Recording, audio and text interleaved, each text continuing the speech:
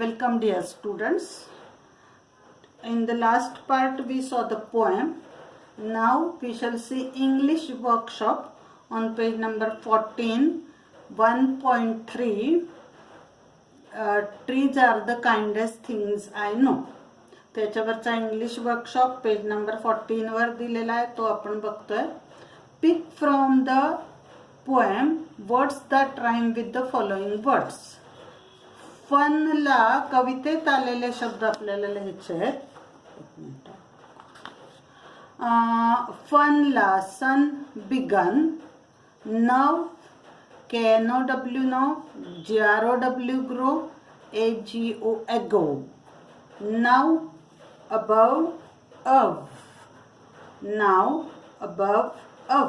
इथे ऑफचा उच्चार of असा करायचा आहे, म्हणजे ते नाऊला राहीम होत आहे. of, above of, site, light, night. आता फ्लायचे तेवढे तुम्ही कवितेमध्ये शोधायचे कोणते रायमिंग वर्ड्स आलेले आहेत ते. रायमिंग वर्ड्स म्हणजे प्रत्येक ओळीच्या शेवटी आलेले शब्द. तर ओळींच्या शेवटी आलेत आणि जे फ्लायशी राईम होत आहेत असे वर्ड शोधून काढायचे आहेत. ना question number 2. Pick from the poem lines that create a picture in your mind. अशा ओळी कवितेतल्या शोधायच्यात की ज्या आपल्या डोळ्यापुढे चित्र उभं राहतं निसर्गातलं. उदाहरणार्थ, and in the spring new birds of green, की वसंत ऋतूमध्ये नव्या कळ्या, हिरव्यागार नव्या कळ्या उमलतात. हे कवितेतली ओळ आहे, ती जणू काय आपल्या डोळ्यासमोर असं चित्र येतं की वसंत ऋतूमध्ये नव्या कळ्या झाडावर उमललेल्या आहेत असं. आता कवितेतले आणखी कोणत्या ओळी आहेत की ज्याचं चित्र आपल्या पुढे उभं राहतं.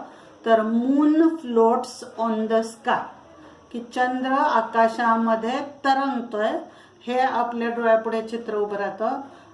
To touch the beams of morning sun, पहाटेच्या सूर्याचे किरण स्पर्श करण्यासाठी. आपल्याला असं जणू काही दिसतं की सूर्याचे किरण सकाळचे मॉर्निंग सन, सकाळच्या वेळेला सूर्याच्या किरणांना झाडं स्पर्श करतात. स्प्रेड अ शेड, सावली पसरतात, आपल्या डोळ्यासमोर झाडांची सावली येते पसरलेली. आणि होल्ड द लाईट, जणू काही ते कळ्या आपल्या हातामध्ये प्रकाश घेतात. ही चित्र उभ्या करणाऱ्या ओळी आपण बघितल्या. Question number 3. The poet refers to trees at the kindest things. कवीनी झाडांना काइंडेस्ट थिंग्स असं म्हटलेलं आहे. From the poem pick out 5 facts which prove the kindness of trees towards others. कवितेतून 5 अशा गोष्टी शोधायच्यात की ज्यातून आपल्याला कळतं की झाडं ही इतरांशी दयाळूपणे वागतात. म्हणजे थोडक्यात झाडं इतरांना काय काय देतात हे सांगणाऱ्या ओळी आपल्याला याच्यातनं शोधायच्या आहेत. पहिलं, trees spread a shade for sleepy cows, की झोपेला आलेल्या जनावरांसाठी झाडं सावली तयार करतात. ही एक गोष्ट झाडं करतात. पुढचं, trees give shelter to birds on their boughs.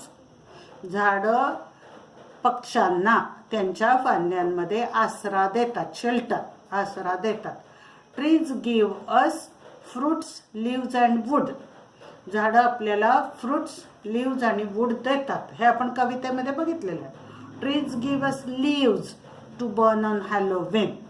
झाडं आपल्याला हॅलोवीनच्या वेळेला जाळण्यासाठी पानं देतात. They give us new green birds in spring.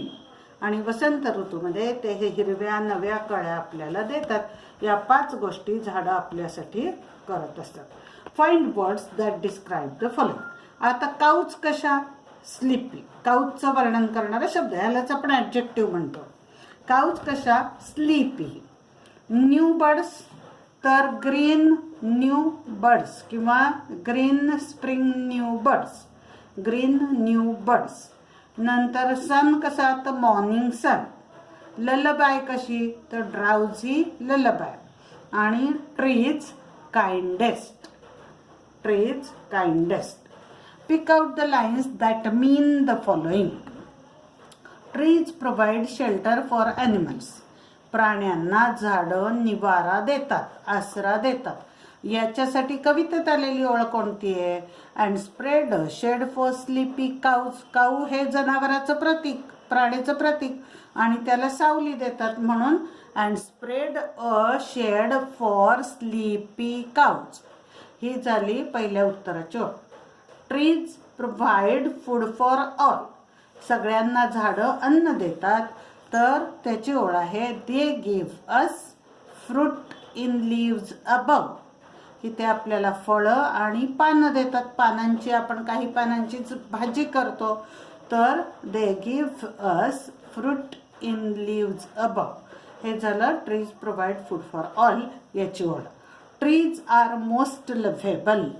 झाडं ही जास्त म्हणजे ज्यांच्यावर प्रेम करावं अशी जास्त चांगली असतात, तर trees are the kindest things of all ही ओळ त्यासाठी आलेली आहे. Kids love to listen to songs from trees. लहान मुलांना झाडांची गाणी ऐकायला आवडतात, तर दे हम अ ड्राउझी ललबाय. ललबाय म्हणजे अंगाईगीत, की झाडं मुलांसाठी काय करतात? हम म्हणजे गुणगुणतात, ललबाय म्हणजे अंगाईगीत. Trees live a simple life. They do not harm, they simply grow. They do not harm, they simply grow. So this is page number 14. Now page number 15.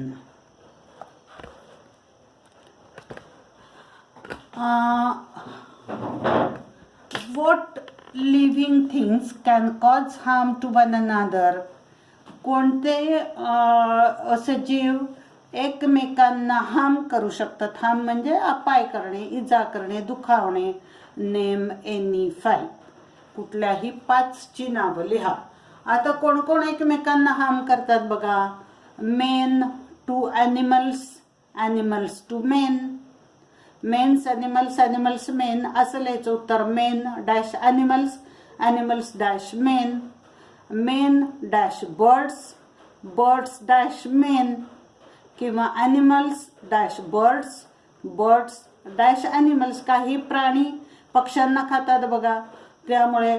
नंतर बिस्ट्स म्हणजे पशु, नंतर इन्सेक्ट्स, इन्सेक्ट्स म्हणजे कीटक. म्हणजे man animal, animal man, man birds, birds man, animals birds, birds animals, नंतर beasts आणि insects. Insects man, man insects. आपण इन्सेक्ट्स म्हणजे किडे, किडे पण माणसाला त्रास देतात आणि माणूस किड्यांना मारून टाकतो, म्हणून मॅन इन्सेक्ट्स, इन्सेक्ट्स मॅन असं डॅश करून या जोड्या लिहायच्यात. अशा 5 जोड्या आपल्याला लिहायच्यात. व्हाय आर ट्रीज कॉल्ड हार्मलेस? आता झाडांना अपायविरहित, अपाय न करणारे असं का म्हणलंय? तर because they do not harm anyone. हे कवितेत आपण ओळ बघितली बघा. They do not harm, they simply grow. ते ओळ ते उत्तर इथे लिहायचं आहे की the trees are called harmless because they do not harm anyone. Halloween is a festival. आता लक्षात घ्या, मागच्या कवितेच्या वेळेला आपण बघितलं हॅलोवीन हा सण आहे की जो celebrated in many western countries, पाश्चिमात्य देशांमध्ये साजरा केला जातो ऑन 31 ऑक्टोबर, 31 ऑक्टोबरला. What is the season there? त्यावेळेला तिथे कोणता सीझन असतो? सीझन म्हणजे ऋतू. आता तुम्ही लिहिताना काय करायचं आहे, ही ओळ पहिल्यांदा लिहायची उत्तरात आणि पुढे लिहायचं द सीझन देअर इज. तिथे सीझन कोणता असतो? तर आपल्या कवितेत आलेलं आहे ऑटम, AUTUMN ऑटम. ऑटम म्हणजे शरद ऋतू असतो. Why do you think is there a need to burn leaves on Halloween? तिथे हॅलोवीनच्या वेळेला पानं जाळायची गरज का असते? तर 2 गोष्टी. Because it is very cold there, तिथे थंडीला सुरुवात झालेली असते, because it is very cold there. आणि त्यांच्याकडे अशी समजूत आहे की भूतपिशाच्य असतात, तर त्यांना घालवून देण्यासाठी ही पानं जळली जातात. To ward off the ghosts, to ward off the spirits. Spirits म्हणजे आत्मे. 2 गोष्टी. Because it is very cold and to ward off OFF, WARD ward आणि OFF ऑफ द स्पिरिट्स. अशी 2 उत्तरं आहेत तिसऱ्याची. Question number 4. They are the last to hold the light when evening changes into night. Which part of the day is referred to in the above lines? आता बघा, संध्याकाळचं रूपांतर रात्रीमध्ये होतं, म्हणजे हा दिवसाचा कोणता भाग आहे? तर the evening is referred to in the above lines. संध्याकाळच्या वेळेचा इथे संदर्भ आहे. आणि which parts of the trees hold the last light of the day? सगळ्यात शेवटचा लाईट कोणावर पडतो? तर द बर्ड्स. BUDS, बर्ड्स म्हणजे कळ्या. The birds hold the last light of the day, कारण पुढच्या दिवशी त्यांना उगवायचं असतं, उमलायचं असतं, म्हणून the birds hold the last light of the day, असं याचं उत्तर आहे. Next question number 7. Search for a short poem about trees in your mother tongue. आता हे तुम्ही होमवर्क करायचं आहे की एखादी झाडांवरची मराठीतली कविता शोधायची. Write it in your notebook and translate any 2 stanzas from the poem into English. एक छोटी सोपी कविता शोधा, ट्रीज म्हणजे झाडांवरची, ती लिहा आणि त्यातले काय करायला सांगितलं, एनी 2 स्टँजाज, जे कोणती सोपी 2 कडवी तुम्हाला वाटतील त्याचं इंग्लिशमध्ये ट्रान्सलेशन करायचं आहे. करण्याचा प्रयत्न तुम्ही अवश्य करायचा. आता पुढचं आहे. Your neighbour is having a huge old banyan tree chopped down to make space for another construction. Your neighbor is having a huge old banyan tree. Banyan tree म्हणजे वडाचं झाड. तुमच्या शेजाऱ्यांकडे एक प्रचंड मोठं वडाचं झाड आहे. chopped down की जे तोडलंय, to make space जागा, रिकामी जागा करण्यासाठी, for another construction. construction म्हणजे बांधकाम. बांधकामासाठी जागा हवी म्हणून ते झाड तोडलंय. Write an imaginary conversation between you and your neighbor, trying to stop him from having it cut down. तुमच्या शेजाऱ्याचं तुमचं संभाषण तुम्ही इथे लिहायचं आहे की त्या तोडलेल्या झाडाबद्दल तुम्ही संभाषण करताय. माय सेल्फ म्हणजे तुम्ही स्वतः. Good morning sir, I am very disturbed and upset to see you having this good old banyan tree chopped down. तर नेबर म्हणेल, oh so sorry, actually I did not want to cut down the tree. I did not want to cut down the tree, but I want to do some construction here. मग myself म्हणजे तुम्ही म्हणाल, oh but you could have made the construction elsewhere. You could have made the construction elsewhere. दुसरीकडे करू शकला असतात. तर neighbour म्हणेल, no but this place is very suitable and convenient for me. मग माय सेल्फ. आता झाडांचे फायदे तुम्ही सांगू शकता की but sir, trees are very important to us and especially your banyan tree was very big. It was giving shade to animals and birds. So I felt very bad. तर neighbour म्हणेल, oh I am so sorry. अशा प्रकारचं एक छोटंसं conversation आपल्याला इथे तयार करायचं आहे. आता यातली लँग्वेज स्टडी आपण बघू. Degrees of comparison of adjectives. Degrees तुम्ही 7वी पर्यंत शिकला असाल, त्याच आपल्याला इथे बघायच्यात की Yatin is strong. Yatin strong आहे. दुसरं वाक्य, Amit is stronger than Yatin.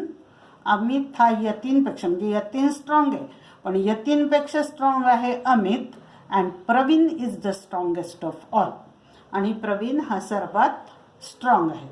आता बघा, डिग्रीज, स्ट्रॉंग, पॉझिटिव्ह, 3 डिग्रीज आहेत. पहिली पॉझिटिव्ह, दुसरी कंपॅरेटिव्ह, तिसरी superlative. Strong positive degree, stronger comparative degree आणि स्ट्रॉंगेस्ट सुपरलेटिव्ह डिग्री. परत बघा, strong, stronger, strongest. Strong, positive, stronger इथे दिली आहेत नावं, कंपॅरेटिव्ह आणि स्ट्रॉंगेस्ट सुपरलेटिव्ह डिग्री.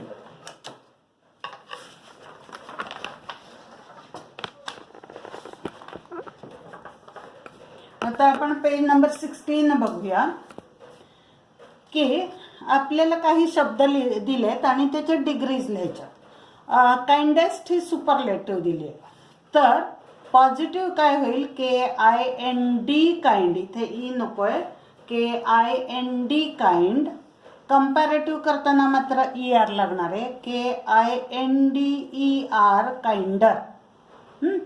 आता दुसरं दिलंय बघा, कंपॅरेटिव्ह दिली आहे हेल्दियर. तर इथे पॉझिटिव्ह मध्ये येणार आहे हेल्दी, HEALTHY हेल्दी. वायचा इथे आय झाला, हेल्दी, हेल्दियर, हेल्दिएस्ट. इथे स्पेलिंगची चूक होऊ शकते बघा, इथे आय आहे पण इथे वाय आहे. HEALTHY healthy, HEALTHIER healthier, HEALTHIEST healthiest. म्हणजे वायचा आय झाला आणि नंतर EST लागला. Next near. नियरला ER लागला, नियरर, NEARER नियरर. इथे EST लागला, NEAREST नियरेस्ट. इथे आहे फायनर. तर इथे फाईन, स्पेलिंग बघा, FINE, FIN फिन लिहायचं नाही, finer, fine, FINE fine, FINER finer, FINEST finest. Next earliest. Earliest, EARLY early, EARLY early, EARLI. जसा इथे हेल्दीमध्ये वायचा आय झाला, तसा इथे वायचा आय होतो आणि मग ER लागतो.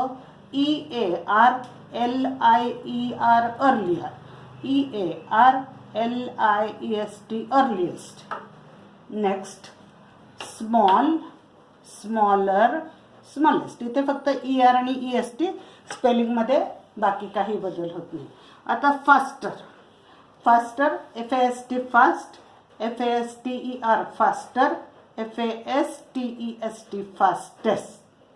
नेक्स्ट HIGH हाय, HIGHER हायर, HIGHEST हायेस्ट. आता परत बघा, आपण बऱ्याचशा ठिकाणी काय केलं, शब्दाला ER लावला आणि EST लावलाय. जसं की kind, kinder, kindest. Near, nearer, nearest. Small, smaller, smallest. Fast, faster, fastest. High, higher, highest. बदल कुठे कुठे झालेत बघा. हेल्दीमध्ये वायचा आय झाला, अर्लीमध्ये वायचा आय झाला. इथे फायनर दिलंय पण इथे फिन नाही, फाईन, FINE फाईन, FINER फायनर आणि FINEST फायनेस्ट. डिग्रीज हे टेबल आपल्याला वहीमध्ये उतरवायचं, पण ते लिहित असताना कुठल्याही प्रकारची स्पेलिंगची चूक करायची नाही. हे व्हिडिओ नीट बघा आणि याप्रमाणे लिहायचं आहे. चुका ज्या होत्या त्या मी दुरुस्त केलेल्या आहेत. Next adjectives which have more than 2 syllables, म्हणजे जे लॉंग वर्ड्स असतात त्याच्यामध्ये इथे जसं आपण EREST लावलं तसं लॉंग वर्ड्स असतात, मोठे शब्द, की जिथे EREST शक्य होत नाही तिथे मोर आणि मोस्ट येतो. उदाहरणार्थ बघा, successful positive degree, more successful comparative degree, most successful superlative degree. हे मोठे शब्द आहेत की ज्याला आपण EREST लावत नाही तर मोर आणि मोस्ट लावतो.